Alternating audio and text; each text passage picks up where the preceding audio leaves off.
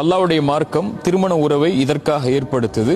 அதைத்தான் அல்லாஹ் குர்ஆன்ல சொல்றான், மின் ஆயாத்திஹி அன் ஹலக லக்கும் மின் அன்ஃபுசிக்கும் அஸ்வாஜன், உங்களிலிருந்தே உங்களுடைய மனைவிமார்களை அல்லாஹ் படைத்து உங்களுக்கு கொடுப்பதுடைய நோக்கம் லிதஸ்குனு இலைஹா. சுப்ஹானல்லாஹ், அந்த பெண்ணிடத்திலிருந்து நிம்மதியை பெறுவதற்காக. அந்த நிம்மதி தான் அந்த வாழ்க்கையை நகர்த்தும். வஜஅல பைனக்கும் மவத்தத வ ரஹ்மா.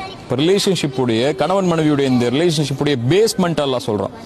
மவத்தா அளவற்ற எதிர்பார்ப்பற்ற காதல் இந்த இருவருக்கும், வ ரஹ்மா கருணை. காதல் லவ் ஏன் முதல்ல சொல்லிட்டு அதோட நிறுத்தாம ஏன் அல்லாஹ் கருணையை கொண்டு வர, ரஹ்மத்தை கொண்டு வர்றானா, இரக்கத்தை கொண்டு வர்றானா?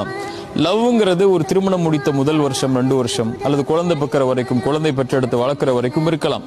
அதுக்கப்புறம் ஒரு ஆணுடைய பொறுப்புகளும் ஆணுடைய சிந்தனைகளும் நோக்கங்களும் மாறும்போது காதல் குறையும், அன்பு குறையும். அப்ப அந்த ரிலேஷன்ஷிப்பை இழுத்துட்டு போறதுக்கு ஒண்ணு வேணும், அது கருணை, அது ரஹ்மத்.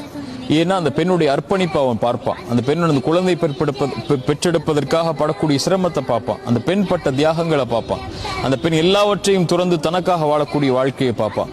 அதே மாதிரி ஒரு பெண்ணும் ஒரு ஆண் அந்த இரக்க குணத்தோட பார்ப்பான், அந்த கருணையோட பார்ப்பான். எல்லாத்தையும் விட்டுட்டு தன்னுடைய சிந்தனைகள், தன்னுடைய நோக்கங்கள், தன்னுடைய அழகு, தன்னுடைய வாழ்வு நேரம் எல்லாத்தையும் அந்த குடும்பத்துக்காக, குடும்பமுடைய முன்னேற்றத்திற்காக, பிள்ளைகளுடைய எதிர்காலத்துக்காக உழைக்கக்கூடிய அந்த கணவனுடைய கருணையை பார்ப்பா. அந்த லவ்வுக்கும் காதலுக்கும் மேல. இப்ப இந்த ரெண்டும் தான் அந்த ரிலேஷன்ஷிப்பை கடைசி வரைக்கும்